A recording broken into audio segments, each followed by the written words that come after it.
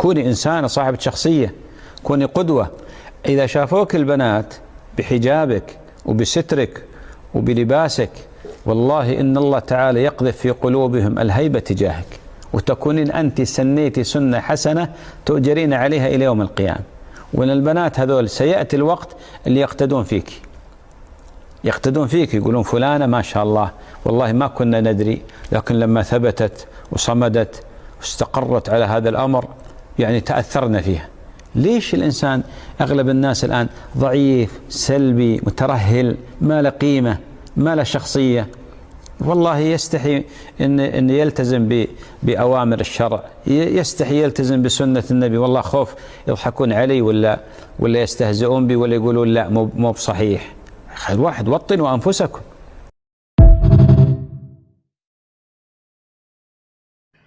Assalamu alaikum warahmatullahi wabarakatuh. Hope you're doing well. So in the clip that I shared, it's my first time kind of downloading something and including it.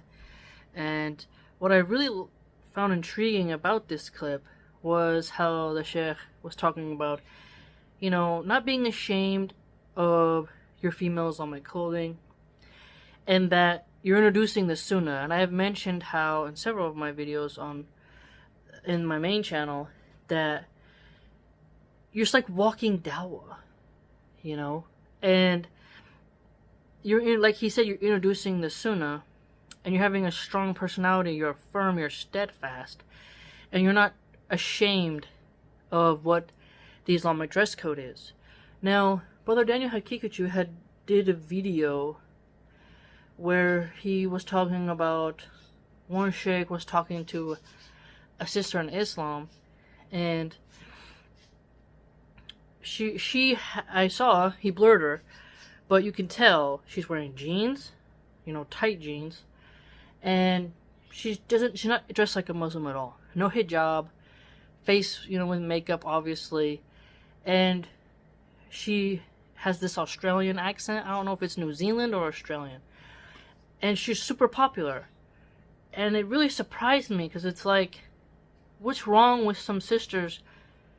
Why would they want to take religious advice from someone who is ashamed to follow the rules, and who's proud to disobey, and who's encouraging women to take off their hijab? And this reminded me of how I've been noticing more and more uncovered women who claim to be Muslim. No, I can't see in their chest. They just say words like Alhamdulillah, Mashallah. But when you go on their profiles, they're showing cleavage. You can't even tell they're Muslim. Okay? You can't even tell. And I've done these things where I'm like, oh sister, may Allah guide you to loving the hijab, and introduce, you know, like I'll say something nice, polite. And it's fascinating how quickly sisters and brothers, the younger generation, will say, you shouldn't say stuff like that publicly, you should DM her. And it's like, she's publicly sinning, has an Instagram where her cleavage is showing, and she's commenting on popular sheikhs' channels. Why do you think we shouldn't be able to advise her to wear the hijab? And this made me realize that some sisters enable women to keep sinning at the detriment of Islam, because some women think it's mean if you tell a woman to obey the dress code. And in my opinion, I think there's moments where you're firm and where you're a bit soft. But if somebody's like super arrogant, being tense with you, you can be firm and say, look, let's call a spade a spade. You can be very concise and say, what you're doing is haram. You're causing brothers to lust. You know, put their hands in their pants. You know exactly what you're doing. So, I'm not going to mince words. You really should cover up. And sisters will be like, you know, this is hateful. You're filled with hate. And it's like, wait a minute.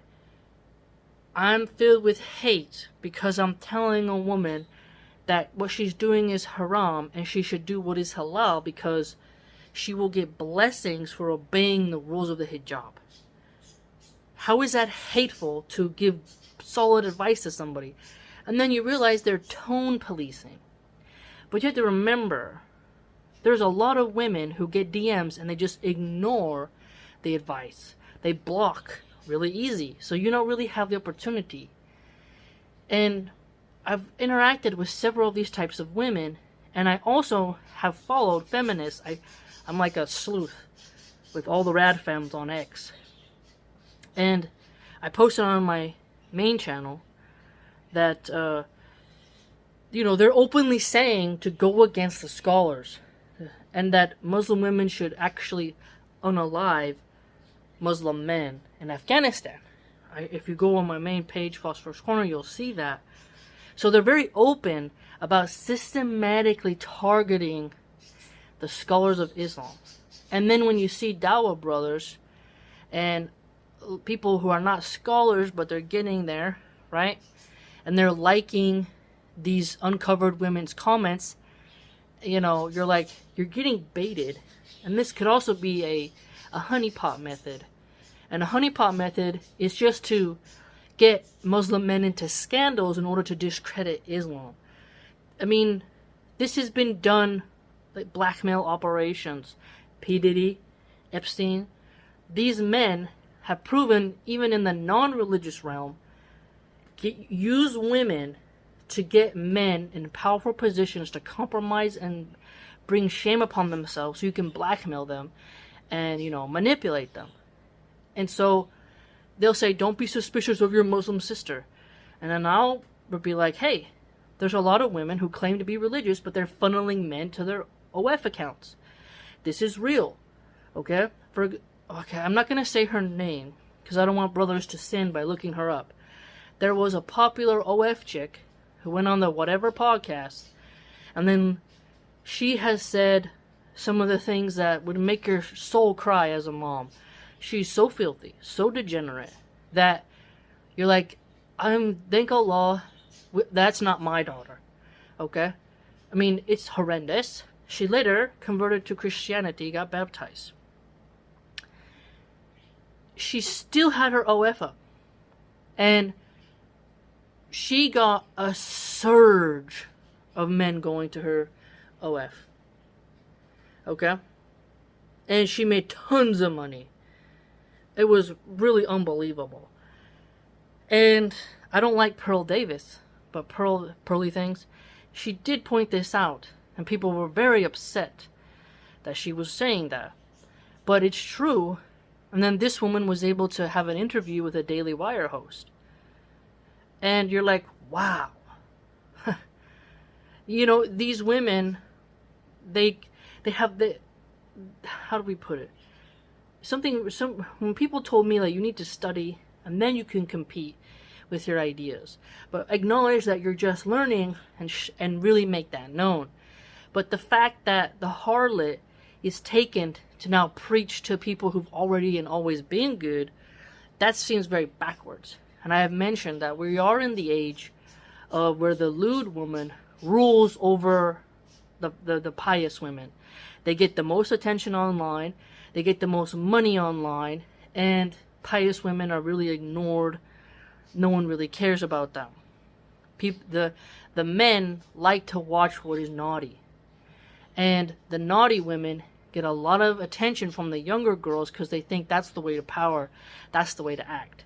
And so this chick, she really showed how if you convert to a religion and then, you can make lots of money off men.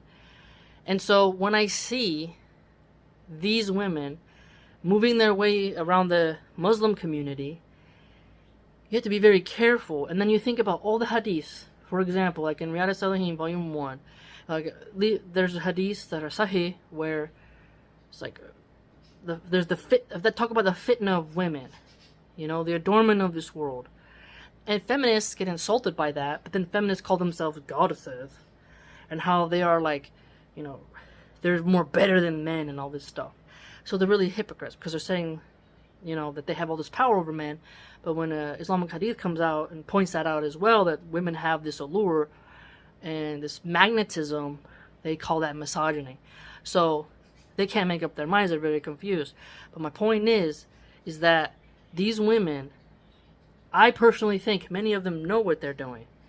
They're waiting for that DM. And you don't know if they're being paid. You don't know. And I know there's going to be a sister who says you don't know if they're on their hijab journey or whatnot. But you should want to strengthen someone's resolve. You should want to be that firm example. Not like even moms, they don't always use a soft tone when their kid's doing something bad. Like if a car's coming and your kids run into the road, you don't say, "Honey, stop, there's a car coming." You yell, "No, there's a car coming, get back." Like there's moments where you have to have that sort of shock. And yes, there are examples of when Moses and Harun, Aaron, went to Pharaoh and spoke. But they weren't on knees groveling and sniveling and crying and kissing the Pharaoh's feet. They were still resolute. You know, they weren't taking their cane and like trying to beat the Pharaoh over the head, right? But I don't like how some sisters make it sound like the Prophet, peace be upon him, Umar bin al-Khattab, that they were just marshmallows, pacifists, hippies, bohemian, shamans, just letting women do whatever they want. One of the remarkable things about Islam is that the men still have the capacity to just concisely relate the information that what a sister is doing is bad, and they are not as easily manipulated by women's tears, which are a weapon, which I've talked about before. And if you watch crime interviews, you'll see, like, interrogations, you'll see how many women try to cry their way out during an interrogation. Even when they later are found out to be guilty. Video surveillance proves what they did. DNA evidence proves what they did. And they'll still cry, and if you didn't have that evidence, you would think that they were telling the truth. So it's so important for sisters to really be careful with how they tone police sisters who are trying to remind and admonish, emphasize women to obey the hijab, because feminists want the hijab gone. Okay? The sheer amount of people telling Muslim women to take it off is larger than the ones telling them to keep it on. Egypt banned the niqab in schools. India, I believe, tried to ban the niqab in schools. Okay? France has banned the hijab. Switzerland, I made a post, I believe, they banned, the niqab and the burqa. So you can be nearly naked in the streets, shaking your booty, high on weed. That's fine in a liberal society. But if you cover your hair and dress modestly, and that's a problem, because now you've denied men being able to visually access you. And feminists will say they don't want to be objectified, but then when Muslim women decide to cover, they call that slavery and oppression. The more you show, the more men look at you in this lustful way, and feminists deny that. They say the woman's body isn't sensual by nature, but then point out how they're these seductress goddesses. So no matter which way you square it, the feminist is constantly contradicting herself with how she views femaleness, womanness, and femininity, right?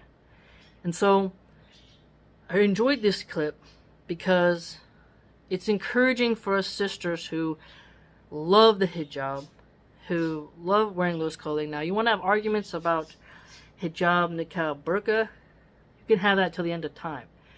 My point is that yes, because I read the book Fiqh al-Haya, I'm aware that hijab is more than just covering your hair and then you're wearing jeans and yoga pants, and I understand, okay? But what I'm saying is, covering the hair, the neck, the ears, nothing of your chest, and you're not wearing pants that show your figure, okay? Or you have your, because when you wear your khimar, the jubab, right? There's a lot of different names, but, you have that long, you can't see the exact shape of the thighs, except for what is apparent, right? And it goes down to your ankles. Christians will wear, if you see like their women speakers, have like a tight-fitting dress and it's like in the mid-thigh, and they're like, this is modest, and like, what is wrong? What is wrong with people? Like the Fox News hosts of women, their entire legs are showing. They're like, that's modest, because you know, their cleavage isn't all the way down. And you're like, man, Christian men have really been owned by lust. But Islam is the religion where the women are the peak pinnacle of modesty. And I've heard people say, like, I've seen tons of feminist Muslimas, oxymoron, be like, well, there's adult content where women are wearing the hijab, so it's fetishized now, so actually it's not modest. And that's just irrelevant. Okay? The point is that your hair is just hair, but at the same time, when your hair is well done, it looks good. It makes me think about this TV series called The Pearl Girl. And it was a great series, but it's like Imperial China, you know, ancient China, and the women, their hair is up, but they have jewels and it looks quite wonderful. Their hair isn't down, but it's up, and there's like really beautiful hairpins and stuff. You know, highlighting how the neckline, the back, and the jewels in your hair, these are very beautiful things. So when you cover that aspect, it is cutting off a bit of the sensual glow. You're cutting off the beacon. You're like a beacon. And men, okay, this is going to make some people mad. Yes, some men are evil, and they don't care if you're obese, if you're a dwarf, if you have 2 heads. They don't care. They're going to do something to you. If you're alive or you're perished, they don't care.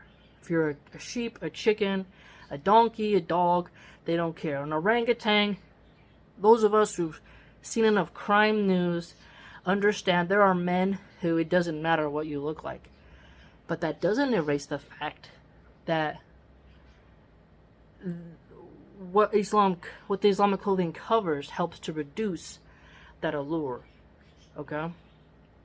And Allah subhanahu wa ta'ala has commanded us to do it. And I'd argue, once you obey the hijab rules, you start to become more spiritual in a pure way.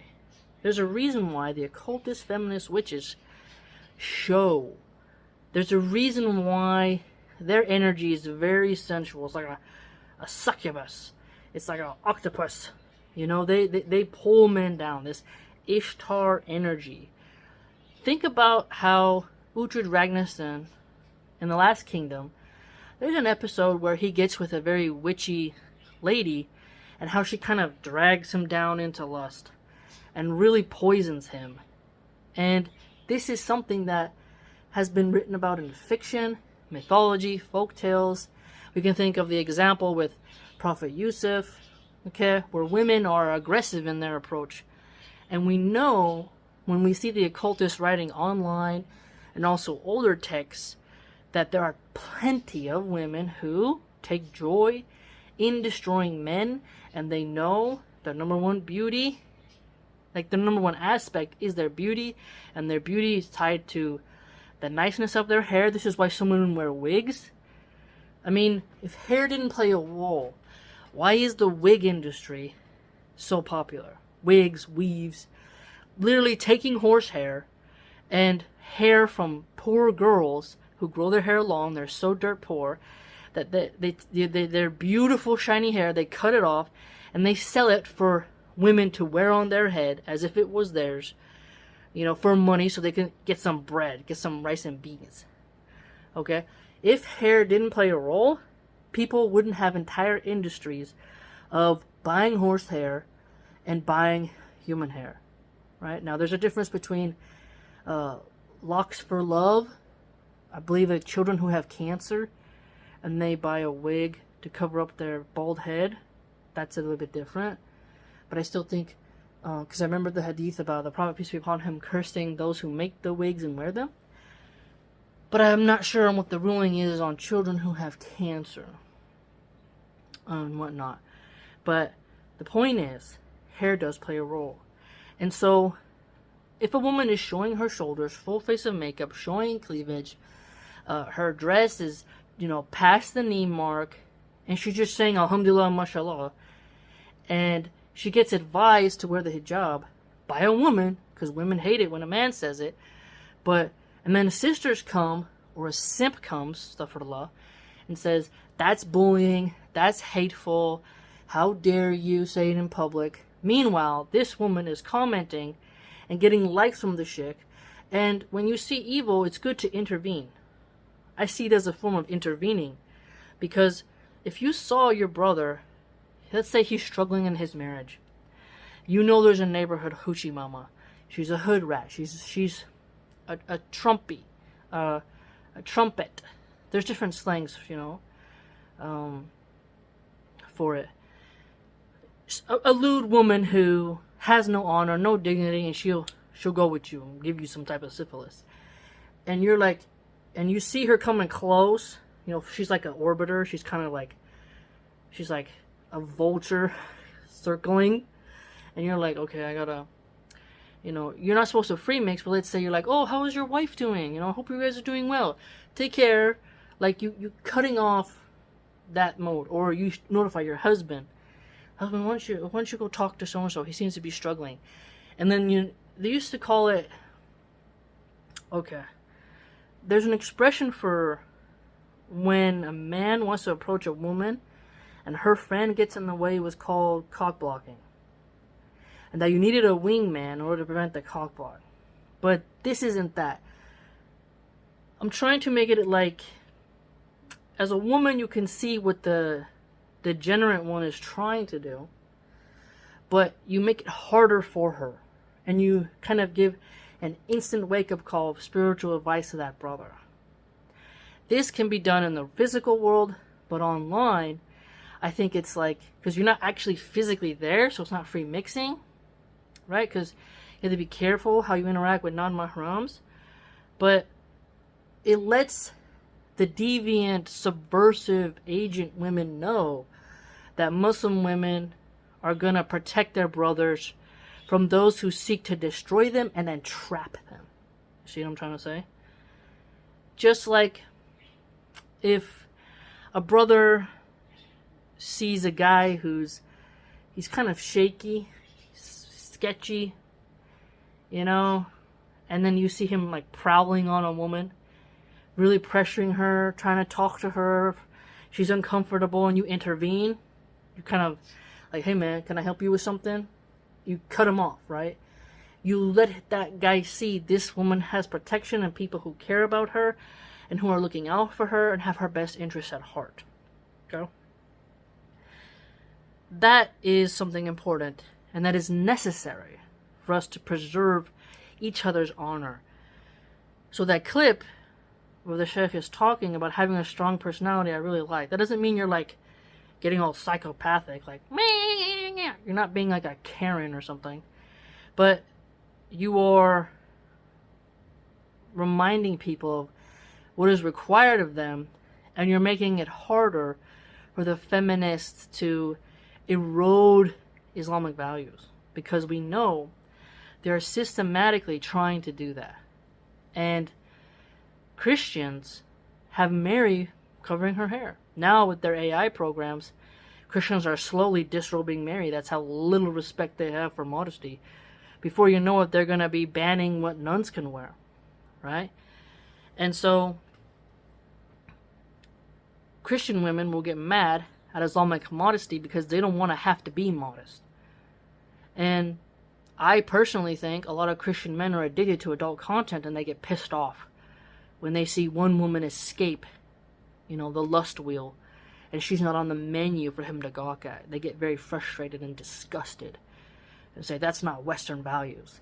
Literally telling you Western values is women being objects of their fantasies so that they can be in the shower and do what they want to do, while they fantasize and their wife's in the other room having no idea what her husband's up to. It's very sinister when you look at it. A man getting mad at a woman who covers shows you where his heart is. And they feel like they have a right to look at you. Then they turn around and complain about women looking like they're selling themselves. They complain about, their daughter wanting to wear a crop top and a miniskirt and high heels. But then they turn around and tell Muslim women they shouldn't be allowed to be modest. So they're very hypocritical is my point. So that's why it's so important for sisters to love the Islamic dress code, to promote it, to not be ashamed of it, and to not feel shy about it. Let the people say what they want. I've had people insult me while I was pregnant with my last child, and it's always been men. And the men have always done it. It's never been a black man, never been a Latino. It's always been white men. And they have done it when my husband isn't around. And so they feel like they have a right to insult your clothing and to tell you look ridiculous and to call you a sand N. Yes, someone called me a sand N. And they just think that they have this right to harass you. But if a woman is showing at all, they don't say anything, they just enjoy the meat on the menu. Right? So, remember, sisters, be persistent, firm, and steadfast in your faith. Never be shy. I'm so proud of the sisters who do their best and cover. And it's so beautiful. I admire them. They're walking dawah. Little girls are seeing modesty for the first time in their lives. You look at the high schools in California. I mean, they look like they're going to nightclubs. You think to yourself, how could a mother dress her daughter up as bait and not expect boys to eventually have a problem or for any lesbo to make a move? It's just sickening. It's heartbreaking, really. And teaching your daughter that she has to show her body in order to get noticed, in order to feel beautiful. It's very twisted. Very twisted. To feel like you only have value if you expose yourself. It's horrible. So remember, sisters, be gentle in our advice, but you can be firm. And don't be ashamed. And don't feel like you don't have a right to tell a sister to cover. Mind your own business. Don't judge me. America, every country has a court system, a judiciary. Okay? You're looking at something and you're calculating, you're measuring, you're judging it, you're examining it. And you have to be careful with such a line. Because it makes it so no one can tell you nothing. And then if you're going towards disaster, you'll say, why didn't no one tell me? Why didn't anybody give me advice? Nobody cares about me. Well, you told everyone who tried to help, you turned away. Now, there are people who try to out-virtue signal you. And that's a problem. I'm aware. They just kind of want to one-up you in piety. And it's like a competition game to them. And some people, they want to be contrarians and reply guys to get views and build their own clout. So I'm aware of that as well. But we must protect our brothers from honeypots. And this doesn't mean you view every uncovered woman as suspect. But I'm not going to sit here and pretend, especially as somebody who has grown up in America, I'm aware of how these women operate. I'm not going to pretend that each woman is super, super pious and she just doesn't want to wear the clothing. Because how you dress reflects your consciousness. How you dress reflects your instincts. It reflects how you want to be addressed. It's essential. I mean, come on. What you decide to wear was selected by you for specific reasons. Okay? And if you know you're dressing in a way that imitates the kuffar, Come on. You're ashamed to be seen as a Muslim. And you want to be able to tell people, no, oh, look at me, I don't wear the hijab, so you can't, shame all Muslims. You think you're helping Islam, but you're not. Because you're destroying the Sunnah. All the wives of the Prophet, peace be upon him, covered. Okay? They were not wearing ball gowns and miniskirts and bikinis and all this. They weren't doing that. Okay? And once you start wearing it, just do it. Because it's funny. Your job will tell you, you have to wear this uniform. Okay? You have to wear these kind of shoes, this uniform. Okay? Your school has a dress code, some of them, most of them. Everywhere has a dress code. And yet, you're not able to negotiate that. A banker has a dress code. A doctor has a dress code. A nurse has a dress code. But suddenly, when you tell a sister, hey, you shouldn't be showing your cleavage. You shouldn't be posting thirst traps. Oh, this is hateful. How could you do that? Stop judging her. Don't you understand? She's on a journey. This is sugarcoating, and this is making the harlot, the Ishtar, dominate you. The pious woman must not be dominated by the Jezebel. You cannot let the witch dominate you. And witches dominate through their beauty while they have it. Because some women who, let's say, she's a Muslim, but she's not very pretty, she can feel insecure with telling a pretty woman to cover up, but that shouldn't be the case.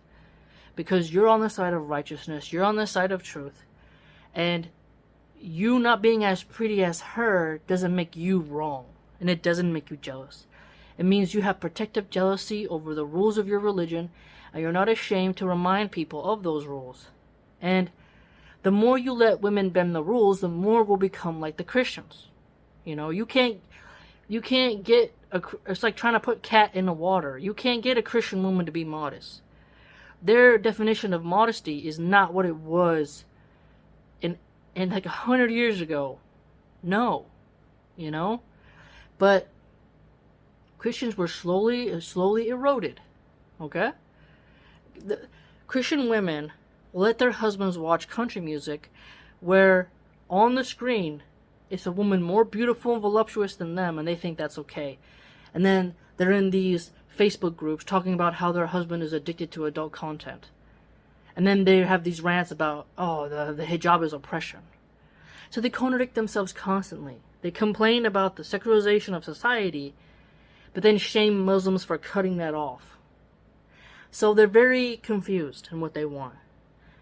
Very confused. They expect their husbands to just walk around like this, like, oh my gosh, bumping into trees, and they almost hate heterosexuality, and they feel no mercy or pity for the men,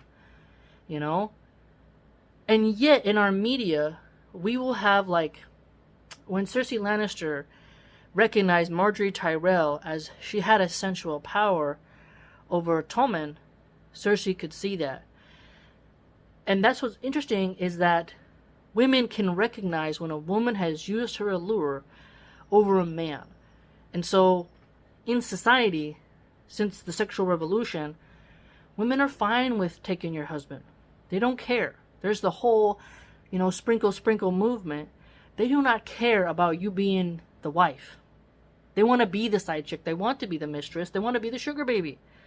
They don't care about you. There's no sisterhood, and they're totally fine with using their allure that they're allowed to expose to, tempt your man. And it is extremely hard for men to resist. Yet, when a woman cheats, she has all these reasons. Oh, he made me feel beautiful. He gave me the attention I needed. And women will justify why a woman cheats and then pretend that, the man has to be, like, he has no reason why he cheats. Cheating is haram, it's horrible. But they have no mercy for when their husband cheats. But they want all the mercy for when a woman cheats.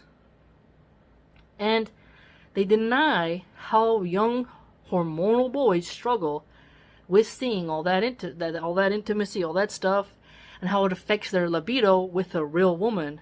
And then the woman They're like, oh, I feel insecure when I'm pregnant. I feel so ugly. I'd rather get an abortion because I don't think I'll be able to handle the way my body looks after I have a baby. And now women are so twisted against their own bodies because they're worried about not looking as hot and that their husband will go leave the nest, as they say, and have some fun because the playground is closed with a woman who's, all dolled up, all trim. And it's fascinating how women shoot themselves in their own foot, They'll help a woman dress lewd and then complain when their husband looks at the lewd woman. And then some women say, okay, I know what I'll do. Oh yeah, honey, that lady is so hot. Let's watch this adult content together. And then little by little, they wake up and say like, oh my gosh, I have pushed my husband into the danger zone. And now he's spending tons of money on OF content and I can't get him to stop. And she's the one who introduced him to that lifestyle. You see? Like, there will be women who permit their men to go to strip clubs. And then they think, like, when he's cheated on them 10 or 12 times, they're like, how could this happen? You were the one who told him to go do that. And it backfired. And so, the Islamic dress code helps women to feel less envy towards one another. Helps men to not be constantly subjected to that hormonal stimuli. And it helps women to connect more spiritually and actually have true self-confidence that isn't dependent upon how much they expose and the validation of everyone else. I mean, it's fascinating when you see men who'll be like, she's fat, and it's like, are you kidding me? She's like literally a size 2. And women will feel very insecure about their bodies, but then insist that they need to keep showing it. And when you become more spiritual, you want to cover, you're not interested. But there are some women who think, no, I have to keep showing my body because that's how I'm going to be bait for a bigger fish. I'm going to be able to get a better guy if he sees I'm beautiful and I can leave the guy I have, So there's this anxiety that some have that if I cover, I'm not going to be able to get a better guy. But when you cover, this is a signal to your husband that I'm secure in this relationship. Only you get to enjoy my delights. And you can wear all kinds of costumes that are halal. Like, you can have so much fun with your husband. SubhanAllah. Save that for making your relationship spicy. Why? The other men, why are you letting them enjoy? They don't pay your bills. What are you talking about? They'll look really great for every other guy, but then be totally boring with their husband after 2 or 3 years of marriage. If you're going to want like a 20-year, 30-year marriage, however long you're going to go till the law takes you back to him, you got to keep it exciting. There's all kinds of fun things you can do. So you can still beautify yourself for your husband. But hopefully more sisters will like the hijab. It's a wonderful garment. It's so beautiful, the Islamic dress code. I feel so alive, and I appreciate that we are told to dress in such a manner. Let me know what you think. Please like, comment, and subscribe. Join the blog, support the channel, www.subscribestar.com/MahonArchive. Hope to see you there.